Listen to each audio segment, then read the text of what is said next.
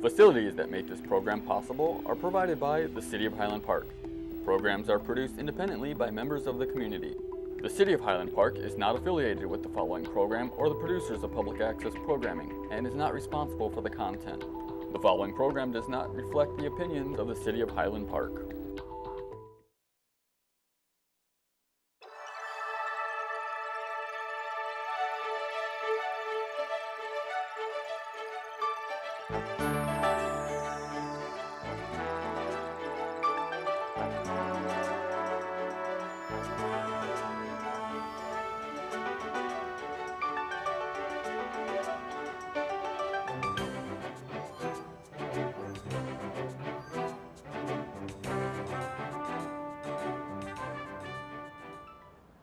Hello, and welcome to another edition of What's This Show For? FOR, Friends of Ron.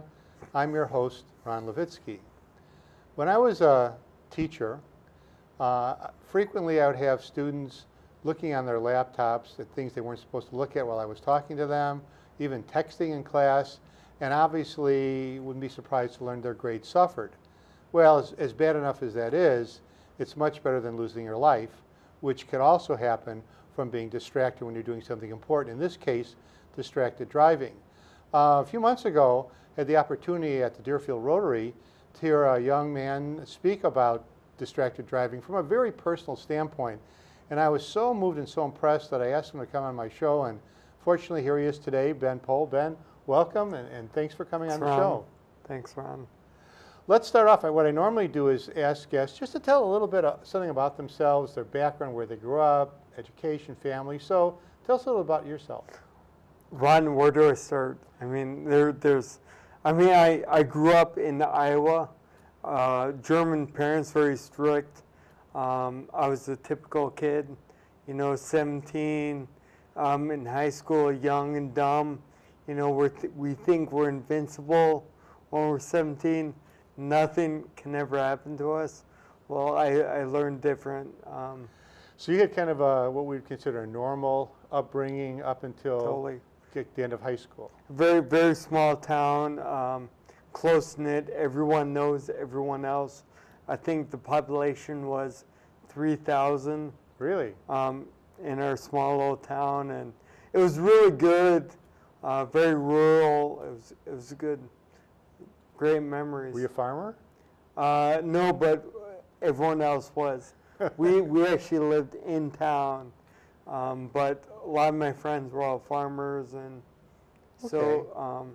And then when you graduated high school, I understand that you got a special present. Yes. Can we show it, by the way, can we show the first slide, please, while Ben talks about it? The audience could take a look at the present. Yeah. Well, when I was 17, my father, great man, he had the great idea of buying me this rotted out, rusty car out of a barn when I was a sophomore in high school. Well, I built this car for 2 years with my dad every day after school. I ran home, worked on the car. My friends all went to, football practice, wrestling. I went home, worked on the car. That's a great experience to have with your dad, wasn't it? It was father-son bonding. Wonderful. It was good. When I was a senior, as the photo shows, I finally got the car. It was my it was the biggest gift ever. It was freedom. It was independence. I could finally hang out with my friends who all lived on farms. You couldn't really walk there, they live further out. Or ride the horse, so it'd be a lot of hay and. The horse or donkey. Yeah. So you've got this wonderful car. What a great present! And at the end of your senior year of high school, and then so tell us the great tragedy that occurred. Okay. Well, that's actually the reason why I do everything I do on the topic of distracted driving. The passion about speaking out against distracted driving oozes out of my body. Like when I start talking about it, I have no issues confronting people or calling them out. Well, let's talk about the actual event. What happened, you know, I was 17. I finally got the car Christmas of 1996. So I got the car. I had it 3 months. I was so happy about it. Well, March 15th, I think it was a Friday, after school, I picked up my 4 best friends. So picked up Tim Lewis, Mandy Wheely, Josie Garcia, Emily Jensen. And that's a tight fit for a Volkswagen, right? Yeah, the girls, they sat in the back seat. So 3 girls, the back seat had to have been, you know, 2 Yeah. feet across. It was crazy. But my best friend, Tim, sat next to me, and, you know, I was driving. We head off to a underage dance club in the next town. As things happen, you know, you're in the car, everyone's talking, everyone's laughing. You're really not paying attention to the road. You have the music cranked up. So I was the distracted driver, and I paid the price. The car, I lost control of the car on the expressway going about 80 miles per hour. The car spun twice, hit the median, started flipping. The thing was, no one wore a seatbelt. No seatbelts were worn in the car. So, of course, you know, being 17, you're invincible. Well, you're not. Newsflash, you're not. So I flew out. One of the girls flew out the back window, and that's where the journey started. What happened to everybody else? Let's deal with that first. Ron, I love when people ask me that question, because it's a way to get through to in their heads. What if I told the person that asked me that question, they all died? That's on me. That's on me the rest of my life. And I have to deal with, you know, taking the lives of my 4 best friends. And it's hard, Ron, to even think about I could have done that. They're all okay, no joke. They're all fine. They're all back in Iowa. But like, if people truly just put 2 and 2 together, that you could actually have ended the lives over just not paying attention. It's crazy. Now, I was interested when we spoke to prepare for this on the phone. I referred to this as an accident, and you said, no, it really wasn't an accident. Could you explain that? Yes, Ron.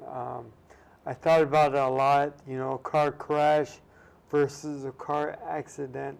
You know, and it can't really be called an accident, because that is nothing, no reason of your own doing. It's just an act of God. It happened. But listen, it wasn't. It was not knowingly. I didn't knowingly do it, but I was not paying attention. That was a crash. I crashed. Okay. It wasn't just totally accidental. I was doing something I shouldn't have been doing. So, thank goodness your friends wound up okay. What happened to you? I was immediately comatose.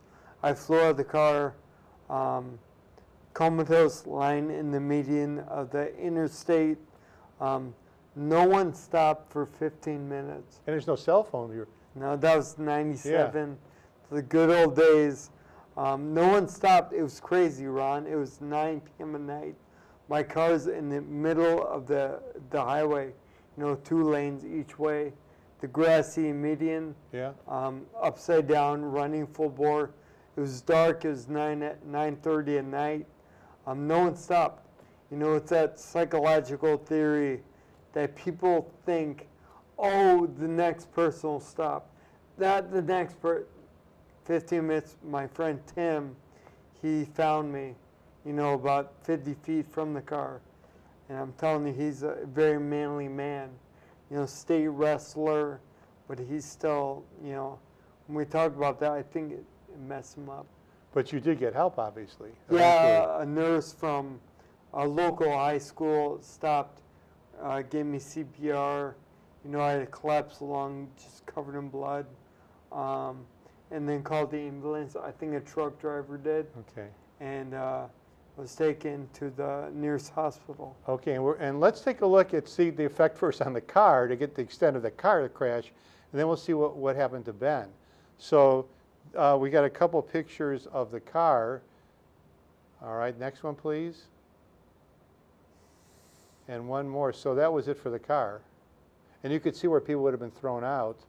Windows were smashed. Okay, and now let's take a look at what happened to you. So talk about that for a little bit, would Yeah, you?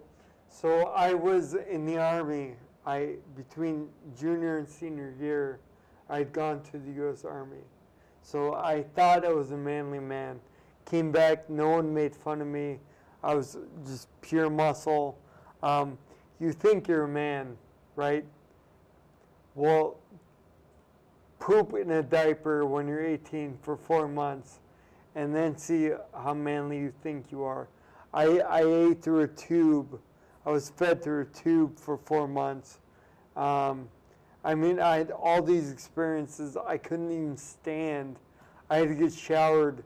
I'd be strolled through the hospital in a wheelchair, take a shower in a plastic wheelchair.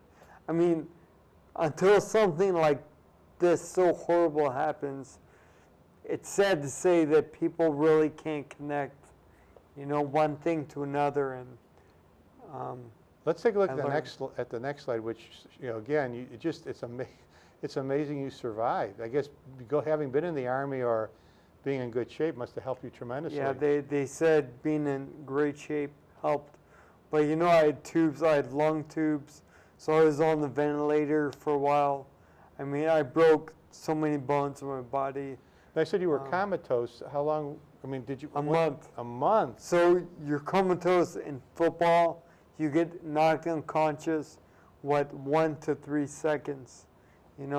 30 days. And what I did to my parents, I talk a lot about parents. Like, I regretted so much what I did to my mom and dad because it destroyed them. They didn't know if I was ever going to wake up, and they came every day to the hospital, and I think it messed up my mom. Oh yeah. So you've made a remarkable recovery, and we hope you have some time later. You could talk a little bit about, besides the speaking, the motivational speaking, going back to college and graduating, it was very inspiring. But let's talk a little bit about distracted driving. It's funny that I was talking to one of the gentlemen who volunteers here, who's from England, and he's a little older than I. And he said he was alive. He was after World War II, when they were beginning to manufacture cars again in Britain, and it was the first time that they were putting radios in cars.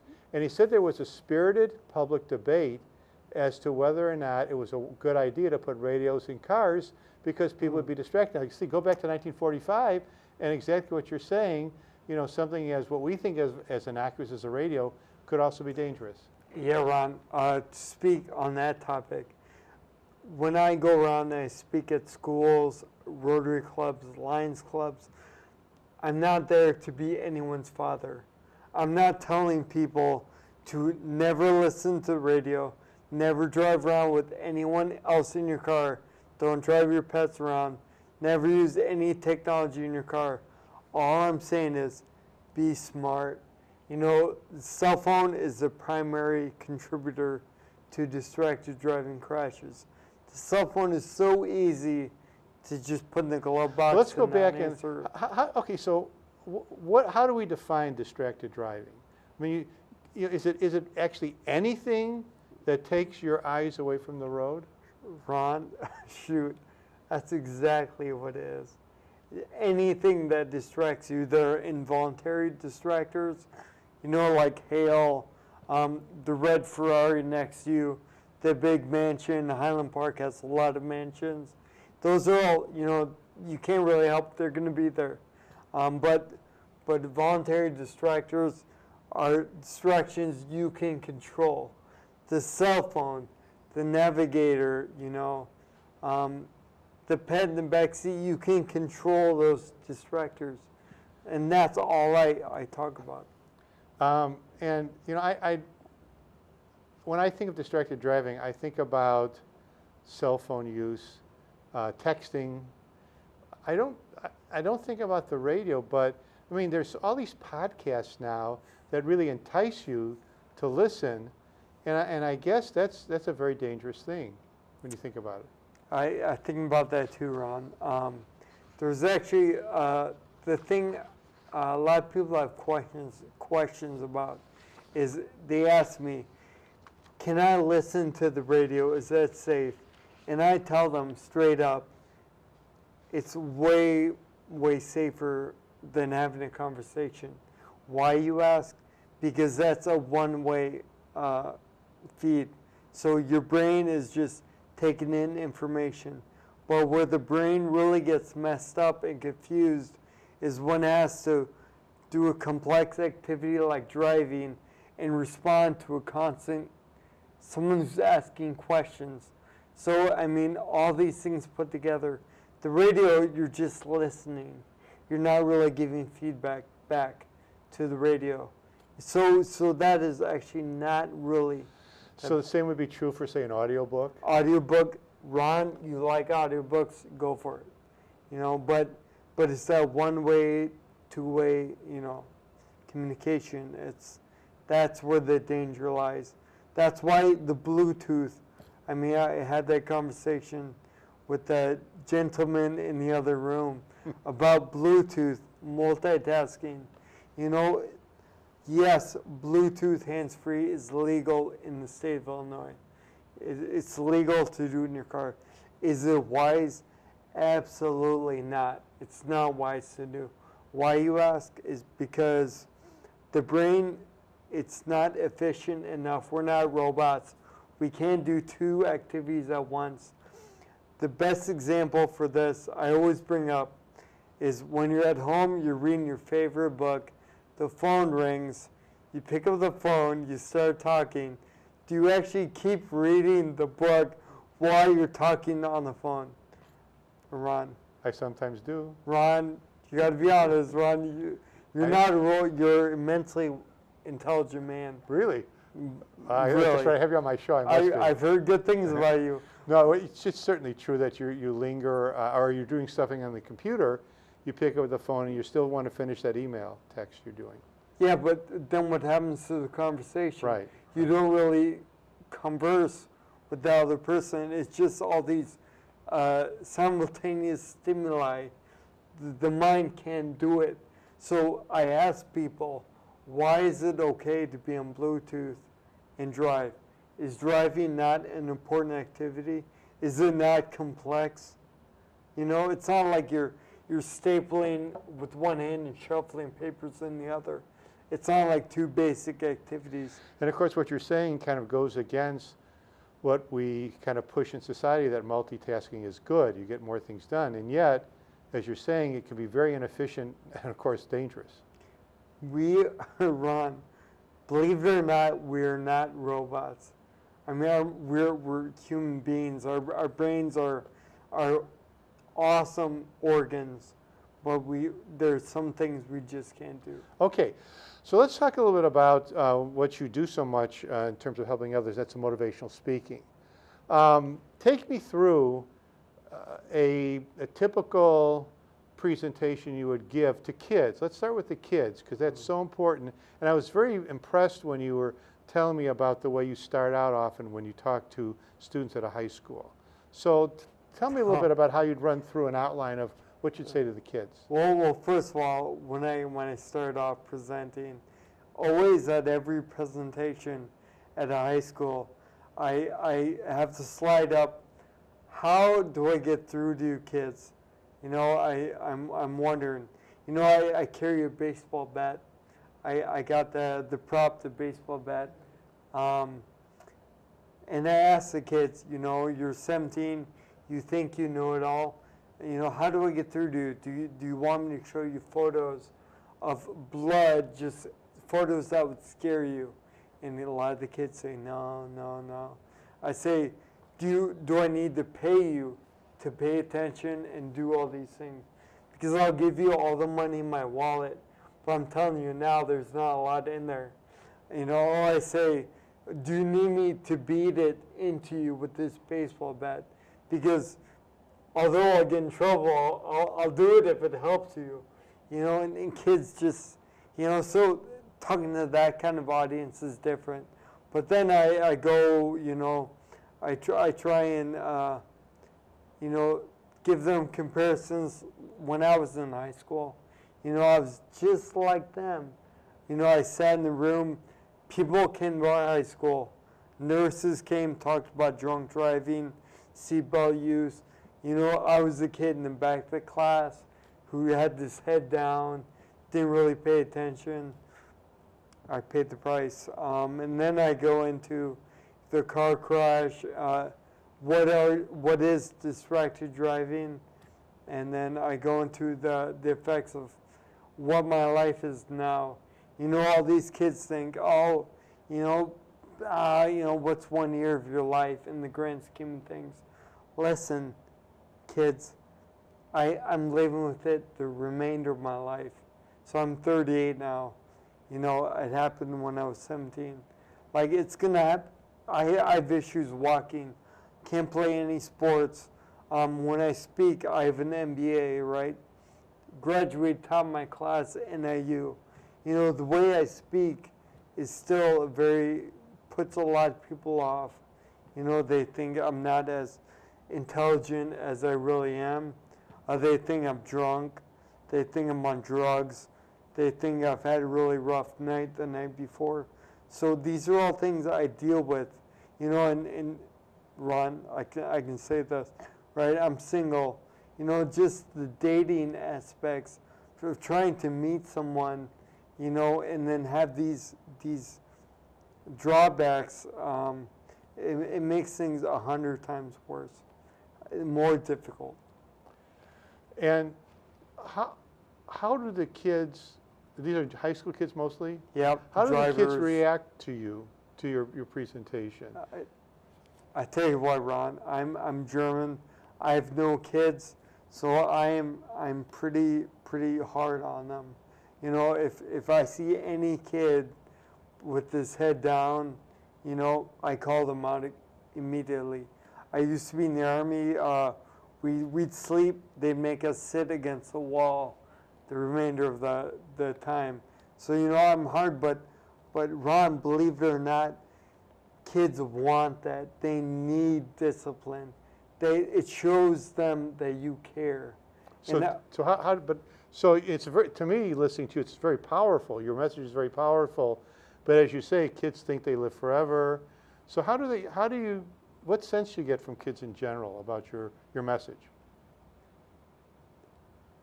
As I mentioned in the other room before we talked, you know, it's very sad to me. It's very sad. I give the statistics, you know, around about 75% of the kids who listen, they're gonna be like, wow, Ben, that was a powerful story. You know what? I think it's great what you're doing. I agree with you, yeah. But they will go into the parking lot after school, get in their car and text and drive like nothing ever happened. For those kids, I feel really bad. But then the 20% after that, they're gonna be like, wow, Ben, that was a great story. They're gonna go to their car after school and they're not gonna answer their phone. But that's only gonna last 7 days, 10 days, 2 weeks at max. And then it's gonna be back to texting and driving like before. But it's those 5% of the remaining kids who are actually going to take, and that might be a high statistic. They're going to be like, wow, Ben, what you said was great. I learned my lesson. It's not worth it. I'm going to not drive distracted, you know. And for those, that's why I do what I do. I don't get paid. I go to school, it's totally voluntary. I just want them to know. And I've talked to a lot of administrators and asked them, what's the best way to get through to the kids? And they say straight up, repetition. You keep pounding that message into the kids. Yeah, and I know that when we talked, you also have some some ideas about how the state of Illinois might be able to help this problem. Yeah. Among the plethora of other issues the state of Illinois has, I can say that, right? Yes, you can. I won't get in trouble. Not at all. Okay, so I think the state of Illinois can do a lot about distracted driving. I mean, there are a lot of tangents on this, but the main thing is just they need to increase the penalties. I mean, right now it's $30 to $150. That's a joke, Ron. So you mean when you're stopped, and if they find that you're texting while you're driving, Yeah, the fine is just a small fine? it's a terrible small fine. You know, my idea is raise that to $500 a pop, and then watch how quick the behavior changes. And then on the enforcement side, to give officers an incentive to write that ticket, because why would they really write it, you know, for 30, $150, and then it goes to the state? Make the fine go straight back to the police department who's writing the ticket. So if you're in Highland Park, you get pulled over, they write you a ticket, $500, maybe 300 of that goes back to the Highland Park police for bulletproof vests, for new equipment, new cars. Problem solved. That's the one way we're going to change behavior. The other way is a much sadder way, more sad. People are going to have to be injured. They're going to have to get injured, and they're going to have to feel the pain. Do you know of any state legislator, anyone in government who's trying to help bring more attention to this problem? If I knew him, I'd be on him, Ron. I'd be on him every day. I mean, and the other, let me get on my soapbox here. The other issue, Ron, is people in general. I mean, think about it. You buy, Ron, I saw it where you're driving that $100,000 BMW. Subaru, yes, Yeah. that 10-year-old Oh, Subaru. no, Subaru. But I'm telling you, you buy that Lexus, you buy that Toyota. Who wants to buy a car that has no options? You know, like you said back in the 40s, 50s with Yeah. radio. Who actually wants to buy a car without radio? So it's a catch-22.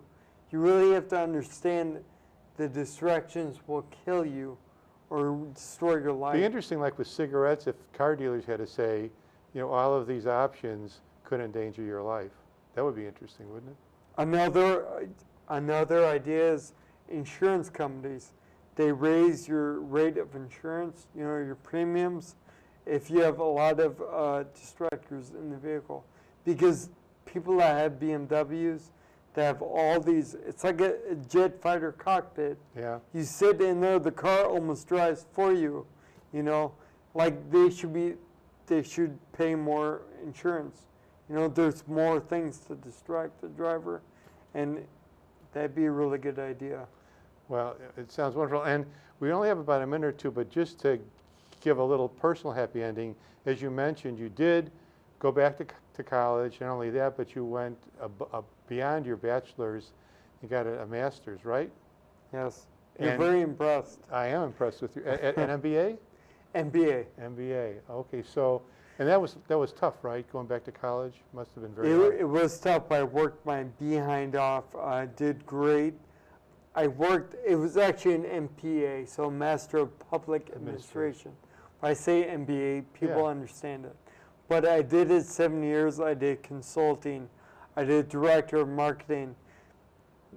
I didn't like it. I mean, you make money, but you have no time to spend the money. So after 7 years, last October, I said, I'm done. I'm going to pursue a passion of mine.